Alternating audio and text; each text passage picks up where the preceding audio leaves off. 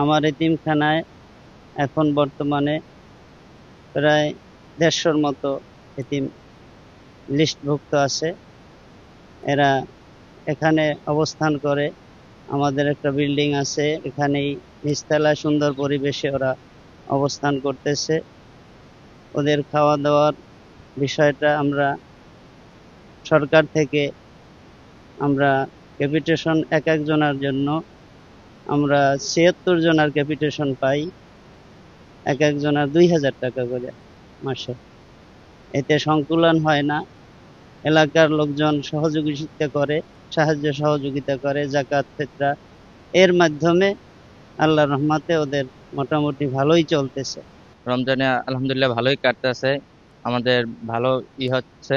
তারপর খেলাধুলা নিয়ে, পড়াশোনা নিয়ে ভালোই কাটতেছে। তারপর সেহরি ভালোই দিতে আছে, ইফতার সেটাও অনেক ভালো ভালো খাওয়ান দিতে আছে। সকালে সেহারি খেতে উঠেছি, তারপর নামাজ পড়ছি, তারপর ঘুমাইছি, তারপর কোরআন তেলাওয়াত করছি, তারপর খেলাধুলা করছি। হুজুরা অনেক যত্ন নিতে আছে। মা আছে, বাবা নাই। এখানে আসছি 7 বছর। ওর 5 বছর বয়সে, তখনও কথা বলতে পারতো না। ওই সময় ওকে এখানে ভর্তি করা হয়েছে। এখানে থাকতে থাকতে আল্লাহর রহমতে কথা বলা শুরু করছে। এই আসছে এখান থেকে, এখানেই আছে এখন পর্যন্ত, বাড়ি ঘরেও যায় নাই। ওই যে এই বয়সে আসছে 5 বছর, ওখান থেকে এই পর্যন্ত আছে এখানেই। ওর মা আছে, তাও আর এক লোকের সাথে বিবাহ হয়েছে, তার সাথে সংসার করতেছে। ওরা 2 ভাই আছে, ও ও আর হলো মারুফ। 2 ভাই এখানে প্রায় 5 থেকে 6 বছর পর্যন্ত আছে।